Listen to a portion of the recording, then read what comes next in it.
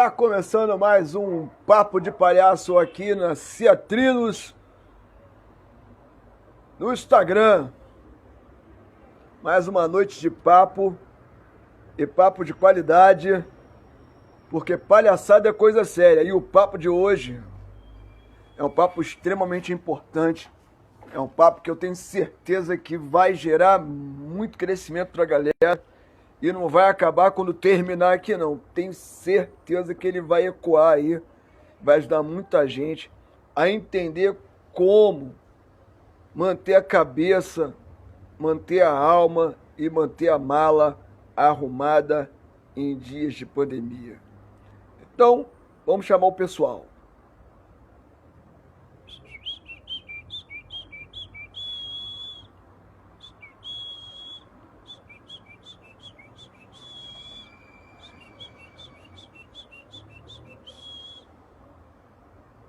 Tem essa gaivotinha aí, você vai apertando, vai chamando todo mundo aí que você conhece.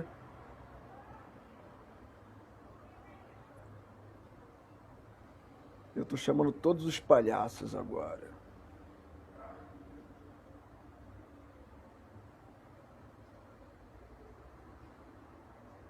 Tô convidando todo mundo. Mete o dedo nessa gaivotinha aí, vai convidando o pessoal. Se você já entrou, não tô vendo aí, mas se você já entrou, faça isso, por favor. Chamei os palhaços, agora vou chamar os clowns. Mas não é a mesma coisa. Tá bom, mas tá separado pelo Instagram. E agora eu vou chamar os grupos.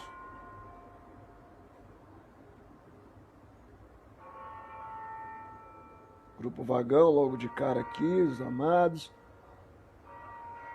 O sino já tá tocando. Opa, já tá cheio de gente aí, rapaz. Eu tô aqui pensando que eu tô falando comigo mesmo. Até a nossa convidada já tá aí, gente. Patrick, boa noite. Gaburi, boa noite. Pozo, boa noite. Delgi Vieira, opa Vieira, beleza irmão, seja bem-vindo. Alex Niterói, quem vem hoje? Ela tá logo abaixo de você. Hoje a nossa convidada é uma pessoa que eu tenho certeza que vai trazer algo tão importante, mas tão importante pra gente, não só palhaço, mas artista, de uma forma geral, e também pra gente ser humano, cidadão, que eu acredito que esse vai ser um dos papos mais importantes que a gente teve até agora.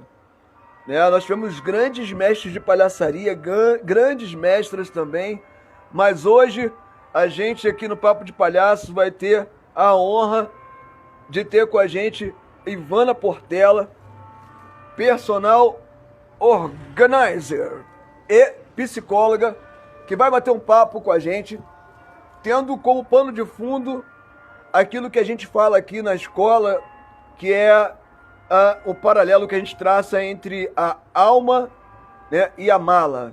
Né? A alma pra gente é como a mala pro palhaço. Dependendo do que a gente coloca dentro da mala, a gente pode atrapalhar, a gente pode tirar o tempo, a gente pode desvirtuar uma gag, uma cena, porque uma mala mal arrumada pode complicar. E a alma mal arrumada, irmão, ela pode desvirtuar a sua vida, atrapalhar teu horizonte. Então hoje a gente vai trazer alguém que tem se dedicado a ajudar as pessoas a organizarem seus espaços, seja ele exterior quanto interior. Né? Então antes de chamar aqui a nossa Ivana, que já está aqui com a gente, tá? Queria lembrar você que tá na hora, ela tá tocando o sino, tem que virar, né, para ver minha cara. Beleza. Pronto, tá aí minha cara. Não sei porque vocês gostam tanto disso. Bom, queria lembrar vocês que toda semana nós fazemos o Papo de Palhaço. O Papo de Palhaço é um momento muito especial e aí aqui sou eu dando um release da ideia do Papo de Palhaço. Eu sei que quase todos vocês já escutaram isso, mas tem gente nova aí. O Papo de Palhaço nasceu com a intenção única de contar a minha trajetória como palhaço, baseada nos encontros que eu tive com mestres e mestras. né? Aí pergunta, mas você encontrou com a Ivana Portela? Não encontrei com a Ivana Portela pessoalmente, mas encontrei com o eco dos conselhos da Ivana Portela no mestre Márcio Libar, com quem me encontrei no caminho e fez uma diferença enorme na minha vida, né? Nós sabemos que aquilo que nós fazemos corretamente e de bem para o outro acaba ecoando na vida de outras pessoas, e não foi diferente com o Márcio em relação à Ivana. Então, assim, convidei a Ivana porque bati um breve papo com ela depois de conhecê-la aqui mesmo e vi que ela tem tudo a ver, talvez ela seja a pessoa até mais preparada para falar desse assunto, a mala e o palhaço e a mala, a alma e a mala, né, do que qualquer um de nós. Então, hoje nós teremos a Ivana aqui. Mas a gente já teve aqui o Chuchu, o Márcio Libar, como eu já falei, 3 divas das Marias da Graça, falta só uma. Nós tivemos também a Ana Luísa Cardoso, tivemos Pão de Ló, André Garcia Alves, Léo Carnevale, Topetão, Ruth Cascudinha, Pércio Silva. Nós tivemos uma galera, tivemos aqui uma galera que tem feito diferença na palhaçaria e outras pessoas novas do ramo que também estão fazendo muita coisa legal, que nem o Daniel Sintra, né? Que é um ator, um pesquisador excelente. Inclusive, quinta-feira nós teremos Mimi Calado aqui também, que também está fazendo um trabalho de pesquisa maravilhoso. Entre outras pessoas, né? Se eu esqueci alguém aqui, não esqueci de propósito, é porque é muita gente. Nós estamos na 4ª semana e parece que a gente vai para a 5ª, porque tem uma galera aí vindo para fazer parte disso. Outro sim, bota o dedo nessa gaivota, chama o pessoal para assistir esse papo. E outra coisa, visita as nossas redes sociais. Isso aí é uma forma de você ajudar com que tudo isso que a gente está fazendo a nível de fomento da arte continue acontecendo. Nós artistas hoje estamos passando por um dia muito importante, né? Um dia onde aconteceu uma votação sobre uma lei de ajuda e de incentivo para os artistas. Mas independente disso, nós precisamos da participação do povo. Nós somos distantes de vocês, mas continuamos produzindo cultura, produzindo arte, e precisamos da ajuda de vocês das formas que são possíveis nos ajudar. Uma delas é seguir as nossas redes sociais, né? Eu tenho um canal no YouTube onde eu tenho postado também os papos que acontecem aqui, mais o trabalho da companhia. Nós temos um canal, um Instagram, Clau Boutique, é onde eu comercializo artes plásticas. Eu sou artista plástico, faço esculturas como essa aqui, ó. Você vai ver. Olha, esse aqui é o Batata. Antes que você pergunte, esse palhação não está à venda. Esse é o Batata, amigo. Lá no Clau Boutique você vai ver todas as peças que nós já produzimos, né? Até semana passada nós fizemos leilão e foi maior barato, mas a gente resolveu fazer uma coisa mais democrática, que as pessoas pudessem participar aos montes. Então, amanhã nós vamos fazer uma rifa, né? E aí fica mais fácil as pessoas poderem participar. E lembrando que todas as vezes que a gente faz esse tipo de ação, a gente não faz apenas para a ajuda do Rogério Rodrigues da Companhia Trinos. Na semana passada o leilão foi dividido com a Escola Aristoclauta, onde 50% da arrecadação da gente foi destinada para eles, para Lígia Caboclo e para o Rafael Sena, para que desse o aporte para eles, que assim como nós, tem uma escola também, mas também estão impossibilitados de fazer o trabalho deles. E aí, a maneira com que a gente resolveu ajudar foi comercializando as nossas obras e destinando parte da arrecadação para artistas. Não vai ser diferente essa semana. Amanhã nós vamos ajudar a Achei Graça, que é uma escola de Niterói, é uma escola que também tem feito um bom trabalho, e uma atriz circense e uma grande mulher guerreira que precisa muito de ajuda também, que é a Gabi Viterbo, sabe? Que é uma história daquelas. Então essas pessoas vão estar com a gente aqui amanhã, vocês vão conhecer um pouquinho, tá? E vão poder ajudar comprando a rifa, e aí vocês vão poder ajudar tanto eles quanto nós.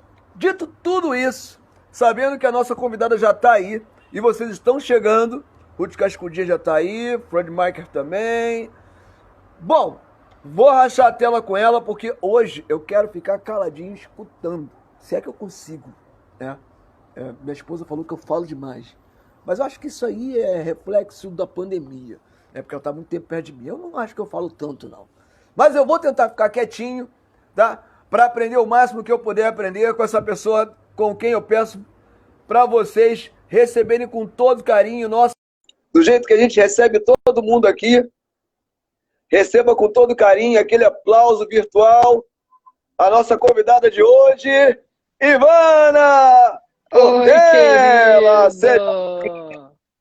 Deixa eu afastar Que aqui um pouquinho, que eu bom, estou que bom. muito perto. Tudo bem? Tá ótimo. Graças a Deus, tudo bem. Com você, tá tudo bem? Todos seguros? Também, estamos todos aqui fechadinhos em casa, guardando ordens responsáveis.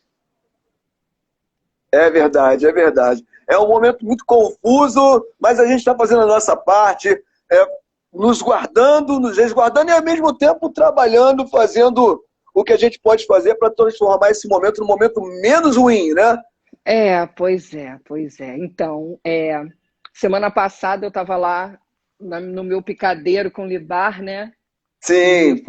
foi muito legal voltar nesse lugar. Menino, deu um frio na minha barriga, me deu um medo, me deu um.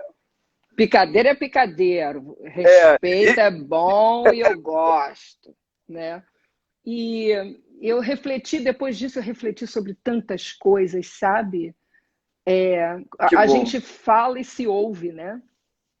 E por isso que eu gosto tanto de live, estou gostando tanto desse momento, poder dividir coisas e aprender coisas, né? A gente soma conhecimento e isso se multiplica, e isso é tão bacana, né? Eu fico felizona. Eu, Muito. como boa paspalha que sou, com muita honra, né? É isso mesmo, Eu com sou honra. uma, eu sou uma paspalha, então eu gostaria de começar falando sobre a mala do palhaço. E a primeira coisa que eu gostaria de falar é que não existe organização certa e errada nessa vida. Não existe um padrão de organização, sabe? Porque as pessoas acham que um profissional de organização, por exemplo, é um chato que dita ordem, que dá dica. Tem um ranço de dica, rapaz, que se eu souber que a pessoa é de dar dica, eu fico bolada quando a pessoa chega para mim e diz, eu posso te dar uma dica? Eu falei, não quero dica. Dica é uma coisa que você tem que pedir, não é uma coisa que o outro tem que oferecer, entendeu? Eu tenho essa implicância com dica. Mas eu tenho a sensação sempre, né, de que quando alguém se apresenta como um organizador profissional, como é o meu caso, eu sou uma personal organizer, que as pessoas que não são organizadas já fazem assim, putz, chata, vai falar, vai fazer um monte de regra, vai dizer o que eu tenho que ter e o que eu não tenho que ter, o que eu devo gostar e o que eu não devo gostar. E tem gente que é assim mesmo, tá? Eita, Tem gente que é organizada e que não sabe ser empática. Eu tenho uma escola de organização, uma casa-escola, que é bem legal. O nome dessa casa é A Casa Convida. E nessa legal. casa, a gente ensina as pessoas a cuidarem das suas casas. Mas a primeira Que coisa que as legal. pessoas chegam lá para fazer um curso, por exemplo, de capacitação de personal organizer, pensando que vão aprender técnicas sensacionais e vão aprender a usar muitos produtos organizadores. A primeira coisa que eu falo quando elas chegam é o seguinte, e tem algumas alunas aqui que não vão me deixar mentir. De nada adianta você saber organizar, fazer a dobra perfeita, entender de todos os produtos organizadores se você não desenvolver empatia pelas pessoas que usam aquele espaço. Porque uma pessoa é diferente da outra. E a relação das pessoas com as suas coisas também são diferentes. Então, a primeira coisa que que um profissional de organização precisa ser é empático. Mas empático sabendo o que é ser empático, tá? porque eu acho que existe uma confusão muito grande do que é a empatia. Ser empático não é se colocar no lugar do outro, como se fosse você. Ou tem uma frase que as pessoas dizem muito, né? Não faça com o outro aquilo que você não gostaria que fizesse com você. Isso não é empatia. Isso não é empatia, porque, olha, vamos lá no exemplo dessa frase. Eu amo jiló. Você vem jantar na minha casa, o que eu vou fazer para você? Jiló. O que eu vou fazer para o outro, aquilo que eu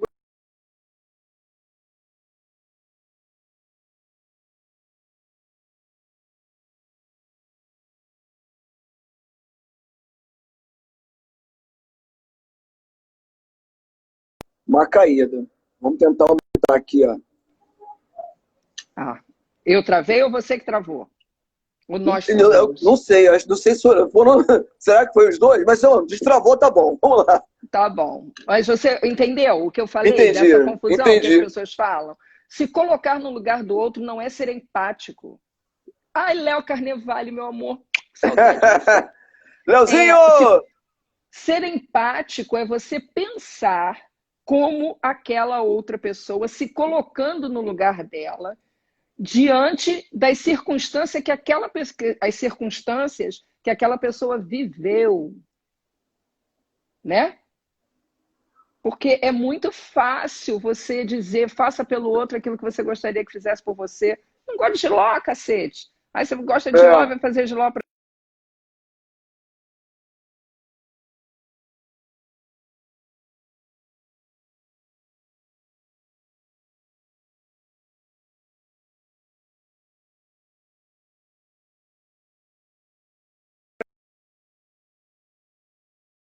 respeito. Por isso que tem uma japonesinha chamada Marie Kondo, que é uma figura assim, muito conceituada e respeitada, né, nessa arte de organização, que fala muito sobre o respeito sobre os objetos, né? Por ela ser oriental, o oriental tem uma relação muito diferente da nossa com os objetos.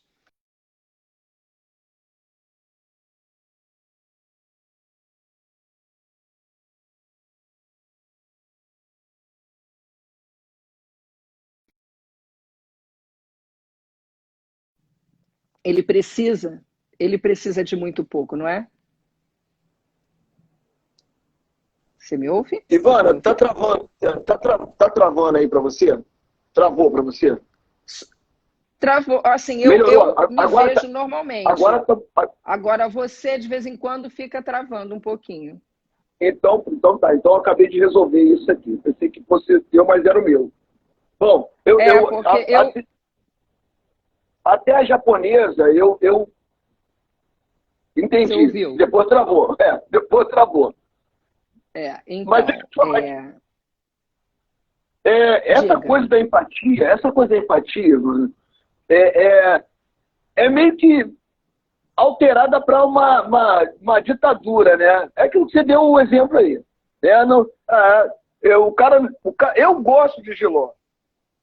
Eu não posso impor, porque eu gosto de jiló, ao outro comer jiló. Né? Pois é. Essa coisa está cada vez mais complicada, porque se a gente for arrastar para essa loucura que a gente está vivendo, pô, a gente está se xingando na internet porque um votou no outro votou naquilo, né? Não está rolando empatia no meio da nossa sociedade de forma alguma. Essa parte política eu só citei como exemplo, porque eu não vou nem te falar, né? Mas, nem assim, eu. Mas é só para a gente ver um exemplo claro de como isso que você está falando é tão importante, né? Para quem deseja ter uma organização interior, que eu acho que a primeira coisa que a nação deveria fazer era pensar no que você está falando agora. Será que eu ainda sei o que é empatia? Será que eu ainda sou capaz de ter empatia por alguém? Porque, mediante tudo que a gente está vendo, parece que está cada vez mais impossível isso, né? Mas toca o barco, que eu só estou notando. Não, eu acho legal, eu acho que a gente tem que falar mais sobre empatia. Eu digo que quando Jesus chegava nos lugares, né? Devia ser aquela parada assim, putz, já vem Jesus falar de amor, né? Caraca, Jesus é chato beça, o cara fala de amor o tempo todo. Eu sou meio Ivana, lá vem Ivana falar de empatia, chata pra cacete. Eu falo muito de empatia, muito, muito, muito. Eu não acredito em nenhum trabalho ético, bem feito e respeitoso que não passe pela empatia. Eu acho que a empatia deveria ser matéria de escola infantil. Sim.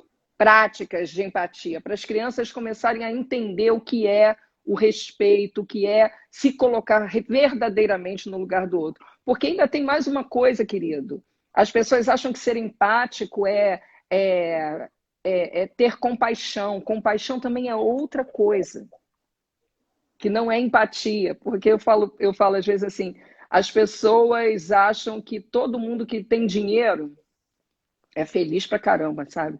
Que os milionários são muito felizes. E não são dignos de empatia porque não precisam, né? Essa é a confusão com a compaixão. As pessoas são as pessoas e a gente precisa se colocar no lugar delas, independente de quem elas sejam, de como elas sejam e de que posição social elas ocupem, né? Porque eu organizo casa, já organizei casa de pessoas muito, muito ricas. E eu fui muito empática com elas e vi o quanto aquelas pessoas também têm dificuldade, né? Para outras coisas. Passam por Sim. situações tão difíceis e tão tristes e tão. Só tem dinheiro. Pô, É. só tem O, dinheiro. o Márcio tem falado sobre isso aí, né? Hoje, essa questão do ter, ela está sofrendo a pior pressão que poderia existir. Que o cara tem dinheiro, mas não pode viajar. O cara tem dinheiro, mas não pode sair para comprar. O cara tem tudo que coisa, tudo sobre coisas, mas as coisas não podem ser usufruídas. Então, hoje, essas pessoas estão extremamente agoniadas, porque se elas se escoravam apenas no que tinha, agora elas estão percebendo que não tem quase nada. Mas Claro. eu sou curioso. Você chegou a organizar a casa de alguém muito pobre? Sim, sim, sim. Porque o E é pessoal muito pensa que não tem o que engraçado, porque organizar, né? e, gente, organização independe. Independe de classe social, independe de sexo, independe de qualquer coisa. É uma questão de necessidade. E as pessoas entendem. Tem pessoas que entendem que para evoluir, para melhorar, para dar um passo à frente, ela precisa começar por algum lugar. Tem gente que faz terapia, começa fazendo terapia, começa a fazer yoga, entra para uma religião, né? Cada um procura um caminho de organização pessoal. Tem pessoas que começam pelo caminho da organização no seu entorno. Começam a organizar. Ó, tem mais uma aluna aqui, minha queridíssima, especialista em Marie Kondo, que é a Carol, acabou de entrar. E ela sabe muito bem do que eu estou falando.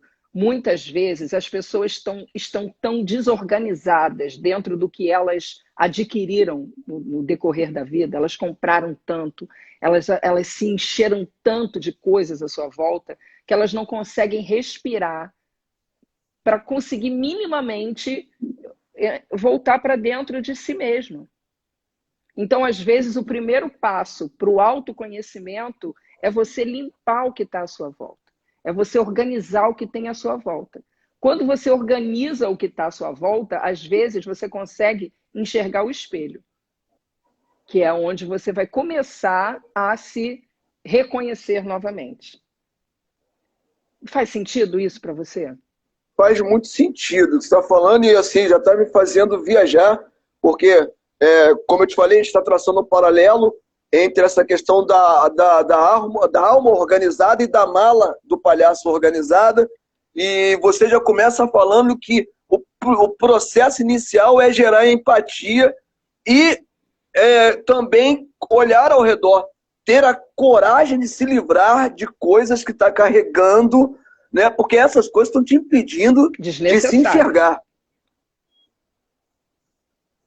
Exatamente. Faz todo sentido, faz todo sentido. E a gente. E aí.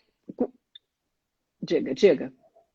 Não, pode falar, pode falar. Tô aqui anotando mais um negocinho. E quando eu falo desse olhar para o outro, eu como profissional, como uma organizadora profissional, quando eu chego na casa das pessoas, eu preciso entender a relação das pessoas com as suas coisas. E essa relação é o que me interessa. Por que que aquela pessoa tem todas aquelas coisas? O que que cada uma dessas coisas significa para ela? Então, uma organização, ela tem algumas etapas. Então, ela tem. A primeira etapa é a seleção. É você selecionar tudo que você tem. Nessa seleção, você tem a triagem do que você precisa e do que você não precisa. Porque tem uma diferença muito grande entre o que você precisa e o que você não precisa, que você tem só por desejo e não por necessidade.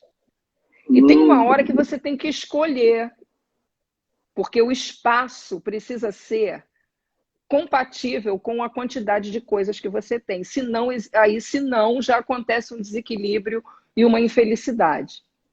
Então, o que que você precisa ter na sua mala? O que que o palhaço precisa verdadeiramente ter na mala dele? Que objetos são esses que ele precisa se relacionar e que ele precisa para se relacionar com o público dele? Isso é o que o palhaço precisa ter na sua mala, né? São os significados, são as coisas que têm significado para ele e que vai fazer essa ponte com as outras pessoas. Nada diferente do que a gente precisa ter na casa da gente. Que a gente Isso tem. é... Aí, quando a gente vai fazer essa Pode falar, pode triagem, quando a gente vai fazer essa triagem, a gente começa a ver os objetos das pessoas e a gente precisa entender se aquele objeto é alguma coisa que ela precisa necessariamente para viver. Então, ela precisa ter um fogão, ela precisa ter eletrodomésticos, ela precisa ter utensílios, ela precisa ter roupa, ela precisa ter pijama, ela precisa dessas coisas. A relação que ela tem com essas coisas é a quantidade que ela precisa ter para viver e a relação afetiva que ela tem com essas coisas. Que aí já é a relação dela com as coisas externamente. Então, ela precisa ter um vestido de festa, porque quando ela se relaciona com as pessoas fora da casa dela, em algum lugar onde ela precisa brilhar, ela precisa daquela roupa para ter essa segurança. Isso não é questionável, por mim nem por ninguém. Se ela trabalha, é uma executiva, ela precisa se vestir de forma adequada para se relacionar com aquelas pessoas no corporativo. Se ela tem uma relação com o marido dela, onde ela usa uma lingerie sensual ou não, também está relacionado a ela e o marido. Isso também não me cabe questionar. Agora, se ela tem 8.727, aí eu pergunto, amor, precisa? 8.727, você tem que ter 3 encarnações para você usar isso pra tudo. botar isso. Entendeu? Uma vez eu fui na casa de uma pessoa que tinha tanta calcinha, eu falei, amor, nem se você tivesse 4 bundas, e 8 Exatamente. vidas, você usaria isso tudo. Não dá tempo de vida útil para você usar isso tudo, entendeu? E aí eu sempre tenho uma relação muito de muito humor com os meus clientes, sabe? Eu sempre faço umas provocações assim muito exatamente para deixar as pessoas mais relaxadas e para fazer com que elas riam delas próprias, sabe? Eu digo assim, você vai usar essa quantidade toda de calcinha para quê? Você troca quantas calcinhas por dia para fazer sentido essa quantidade de calcinha? Pelo amor de Maria Helena, você deixa de ser maluca. Então eu sempre faço essas provocações e aí as pessoas questionam mesmo, sabe? Para quê, gente? Você quer ver uma coisa que eu adoro falar para os meus clientes? É uma coisa que eu acho que faz muito sentido. Tudo que você tem, você administra. Tudo, tudo. Do seu carro até um alfinete que você tenha de segurança. Para uma roupa. tudo que você tem, você administra. Então, se você tem 8 jogos de roupa de cama, significa que em algum momento do seu dia, quando você vai trocar sua roupa de cama, você tem que pensar em qual deles você vai escolher. E para isso você gasta tempo. Isso é a administração de tempo. Então, tudo que você tem, você administra. As pessoas reclamam que tem pouco tempo para fazer o que elas gostam. Elas têm pouco tempo para fazer o que elas gostam porque elas têm muitas coisas. E muitas coisas precisam ser administradas. Quanto mais coisa você tem, quanto mais você se relaciona com muitas coisas, mais tempo você vai ter para administrar isso tudo. Então, quanto menos coisas você tem, mais tempo você tem para você mesmo. Então, é a primeira provocação que eu faço para todas as pessoas que têm muitas coisas. Isso que você falou até me gerou um incômodo ontem e está passando pela minha cabeça, né? Eu estou fazendo papo de palhaço todos os dias. Está sendo maravilhoso. Está sendo maravilhoso. Mas vai chegar uma hora que não vai ser todo dia. Por quê? Porque por fazer todo dia, eu já comecei a me questionar a respeito de que, poxa, eu estou em momento de pandemia, eu estou em casa e eu estou fazendo todo dia isso. Mas eu poderia estar fazendo aquilo também, assistindo um filme com a minha esposa, brincando com a minha filha. Eu comecei a me incomodar, né? Porque se por um lado nós não podemos sair para fazer as coisas que fazíamos no passado, nós começamos a arrumar muitas coisas, desorganizar de novo o tempo agora dentro de casa. Né? A gente quer limpar o terraço, quer pintar uma parede, quer fazer um jardim novo, quer fazer uma horta vertical. E quando você percebe, caramba, tô louco para acabar a pandemia, mas não é para a pandemia acabar não, é porque eu quero ir embora da minha casa. Para descansar. Para descansar. Para descansar. É um desequilíbrio. E isso que você está falando, Ivana, é maravilhoso quando a gente para escutar e para pensar e refletir sobre isso, porque isso é uma doença sorrateira, né? A doença da ocupação excessiva é meio que uma forma de se esconder. É claro que você fala, entende isso bem melhor que ele. Né? A pessoa está se escondendo. E não é onda. Ninguém hoje em dia tira onda dizendo que não tem tempo para nada. Quem não tem tempo para nada é porque não sabe administrar seu tempo. É verdade. Isso não é tirar onda. Assim, porra, tô sem tempo, que otário. Não sabe administrar a vida. Então, para, porque todo mundo tem tempo. Todo mundo tem tempo. O tempo é igual para todo mundo. São 24 horas, meu bem. É verdade. Eu durmo pelo menos 8. Eu tô longe de ser uma pessoa que administra bem a vida e o tempo, tá?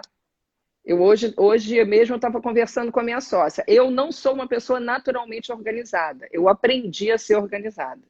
Por necessidade. Então, me colocar no lugar do desorganizado é facílimo. Porque eu sei exatamente a dor da desorganização que pode causar para uma pessoa. Então, quando eu digo que é possível, é porque eu já passei pelo processo, né? Eu passei pelo processo.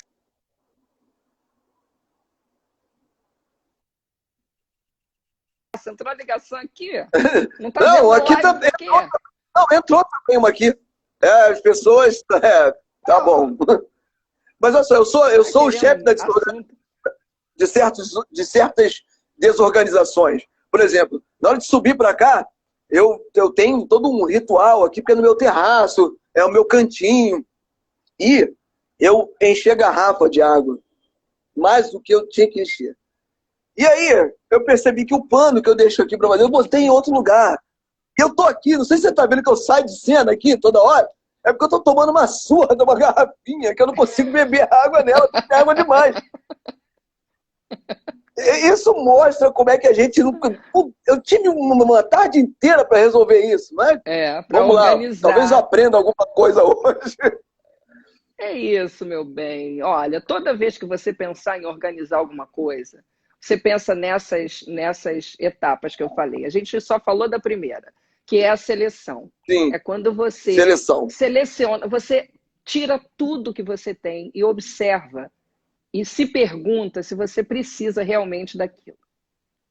Quando você faz uma triagem daquilo que você necessita, daquilo que tem um valor estimativo e que você não quer se desfazer porque aquilo tem uma importância sentimental para você. O restante é para ocupar um espaço que não precisa, talvez, ser ocupado por coisa. É um outro buraquinho que você tem que preencher com alguma outra coisa, que não precisa ser roupa, não precisa ser objetos. Então, entendemos o que a gente precisa ter. E isso tudo também está relacionado ao espaço que você tem para guardar. Porque a pessoa diz assim, não, eu amo isso tudo que eu tenho. Tá bom, amor, mas você tem um armário de 2 portas. Não pira não, tá, meu amorzinho? Né? Você tem um armário de 2 portas, então você tem que entender que tamanho você tem. Para você ter uma quantidade de coisas que... o que adianta você ter coisas que você não vê? Aí outra coisa que eu vou te falar. Primeiro, a gente falou, tudo que você tem, você administra. Então, pense se você quer ter tantas coisas para administrar assim. Se você precisa administrar 8.722 calcinhas. Pensa, ou cuecas, ou meias, ou garrafinhas de squeeze. Olha que ranço que eu tenho, gente que guarda garrafinhas de squeeze. 8.722 squeezes. Eu falei, às vezes roupa de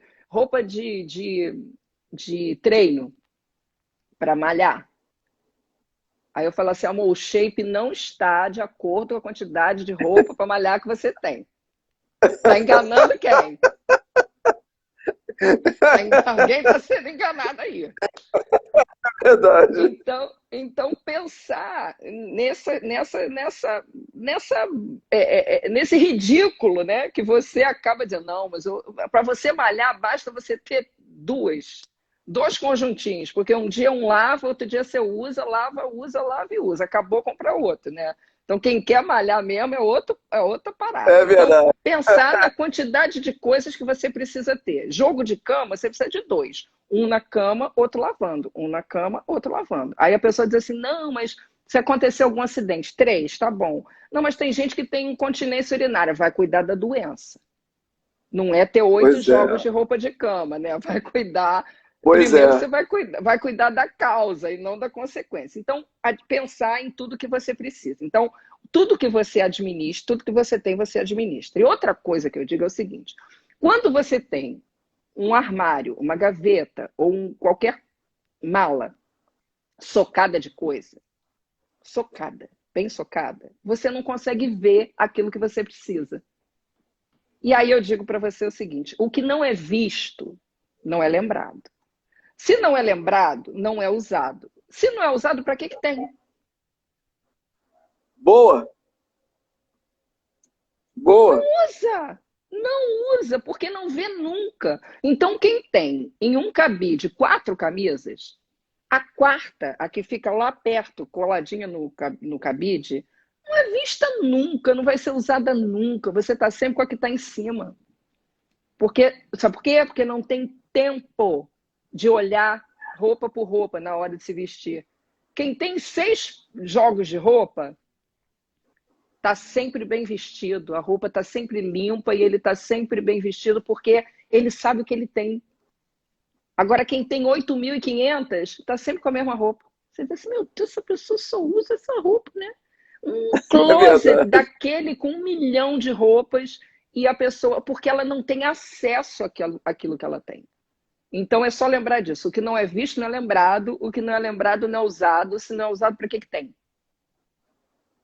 Em detrimento de outras pessoas que precisam. Pois é, ainda tem essa coisa. Eu falei... Aí tem uma coisa que você falou, desculpa te interromper, antes de você passar para a segunda. Tudo que você tem, você administra. Mas eu conheço pessoas que tudo que a pessoa tem, administra ela. Tem o pinguim que a avó deixou, que tem um valor sentimental, que ela vê a avó no pinguim.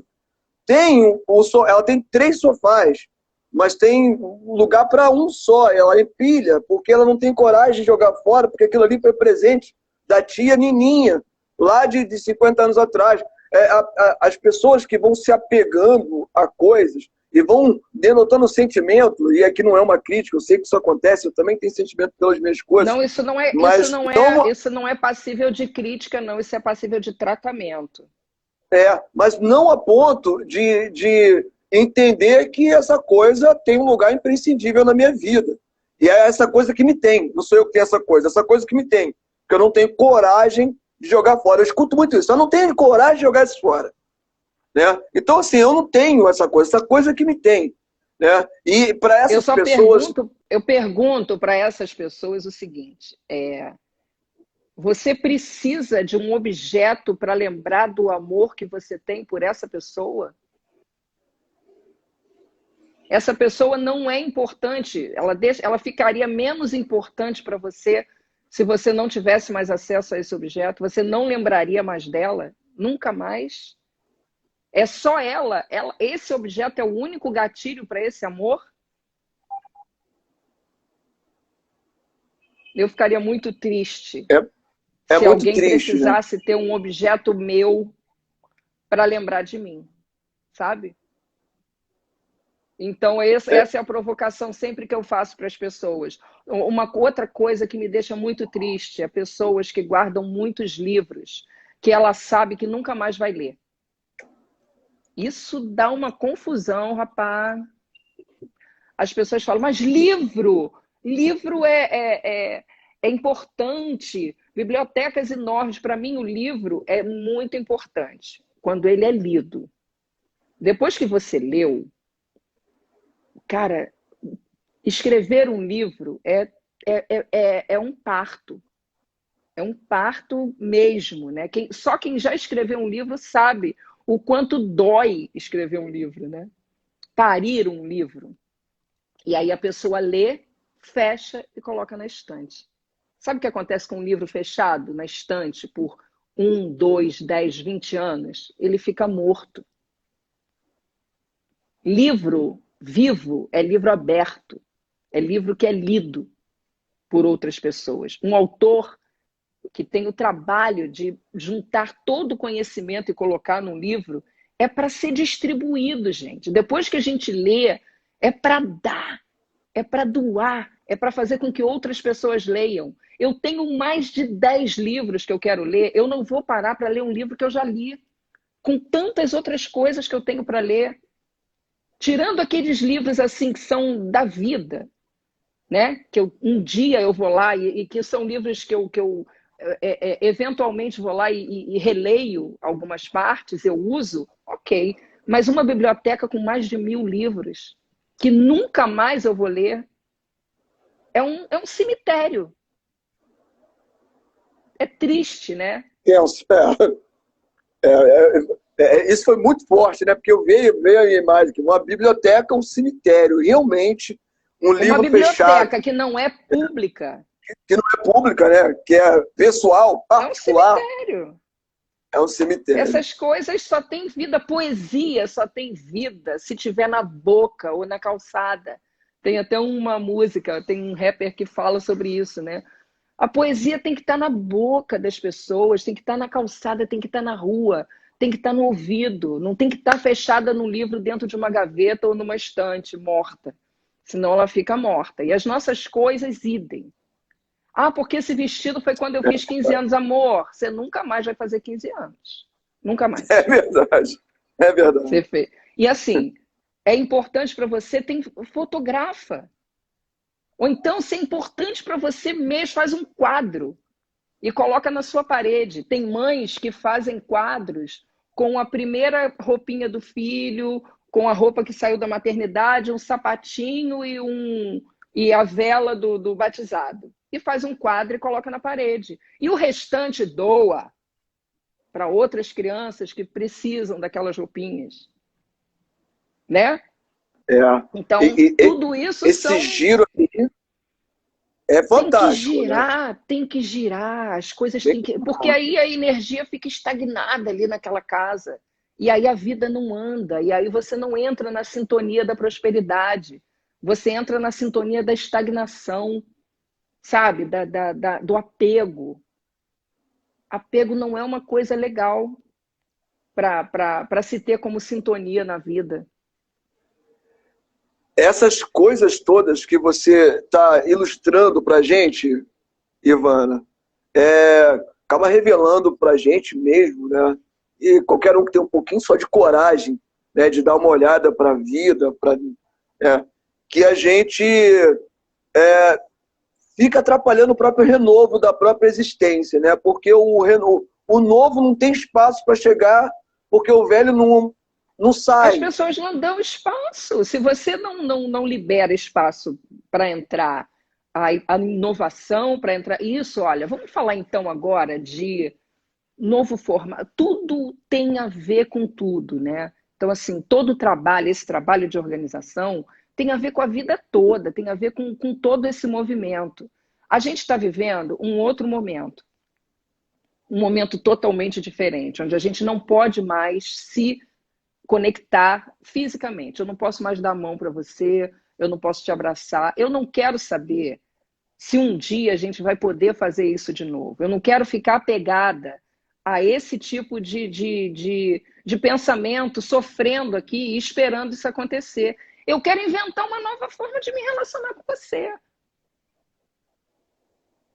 Porque isso que a gente estava falando na live com o Márcio, quanto mais tempo eu fico apegado ao antigo, ao velho, ao que já foi, menos chance eu tenho para inovar, para criar novas formas, para criar novas possibilidades. Você é um artista. Quanto mais tempo você ficar apegado a um espetáculo que foi muito bacana, que teve muito sucesso, e que tem uma hora que ele declina como qualquer outro, se você não criar um novo espetáculo apegado àquele, vai morrer de fome, meu amorzinho. É verdade.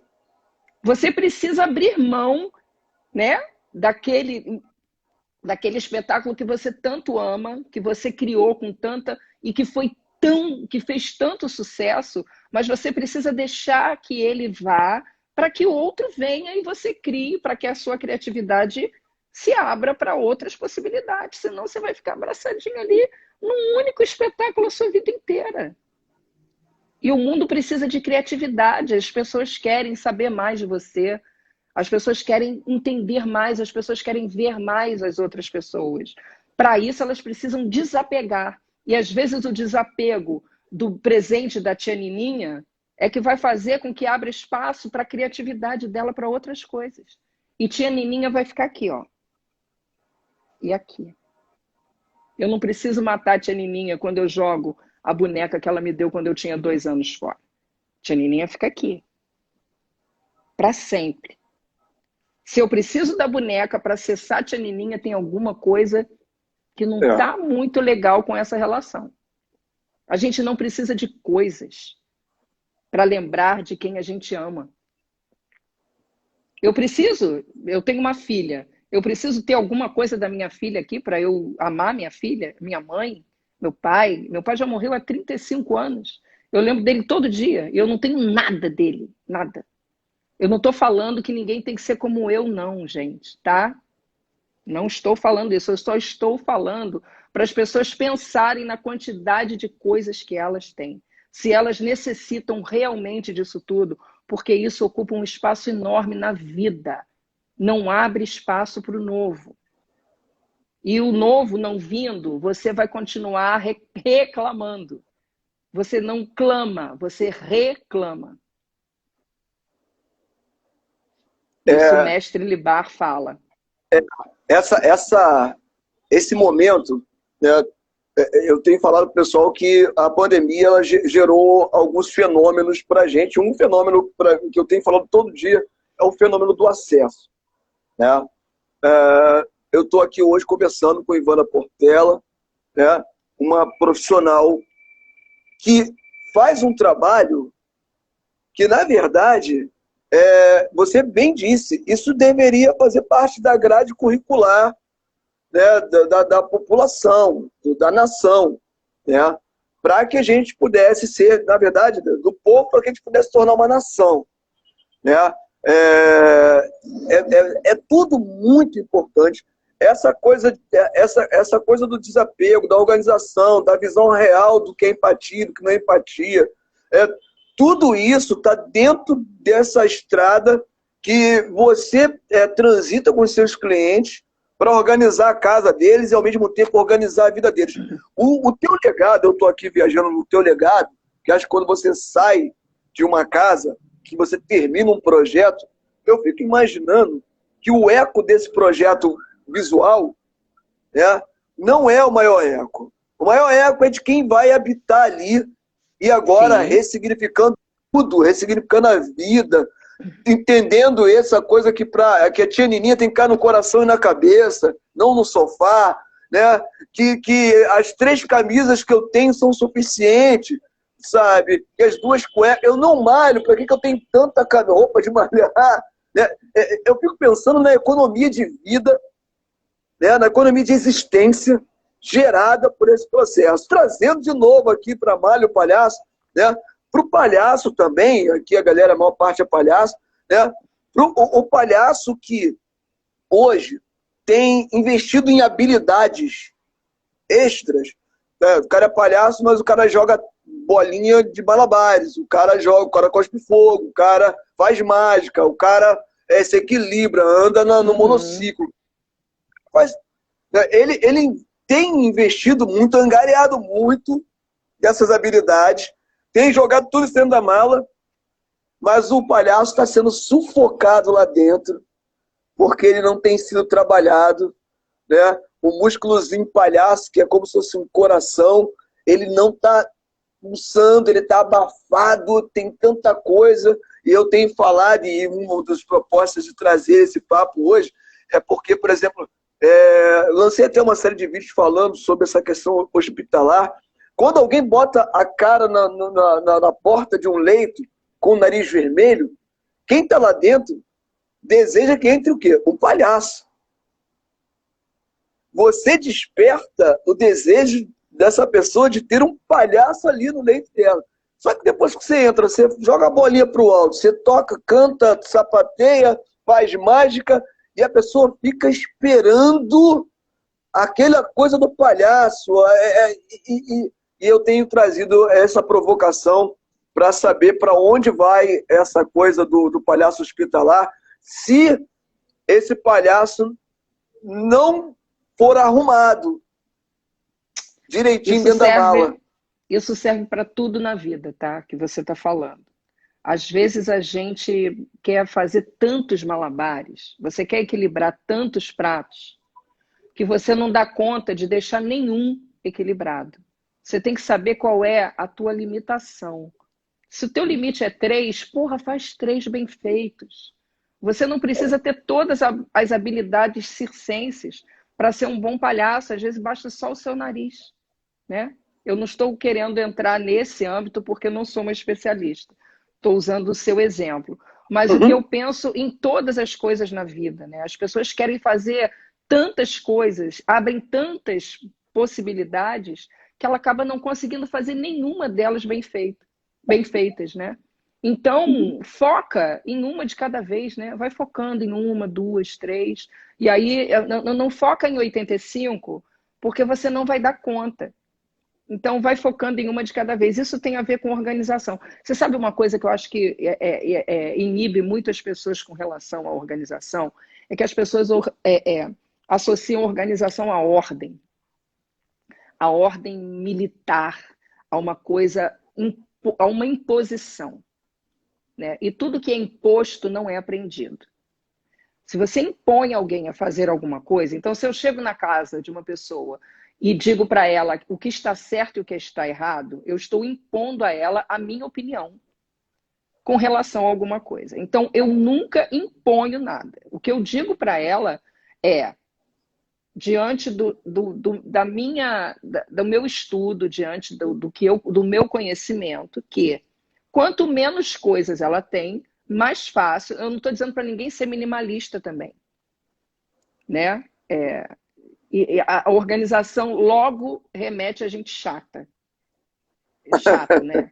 Que já vai dizer, porque isso é isso, porque tem aquilo, joga isso fora, não faz. Não é isso.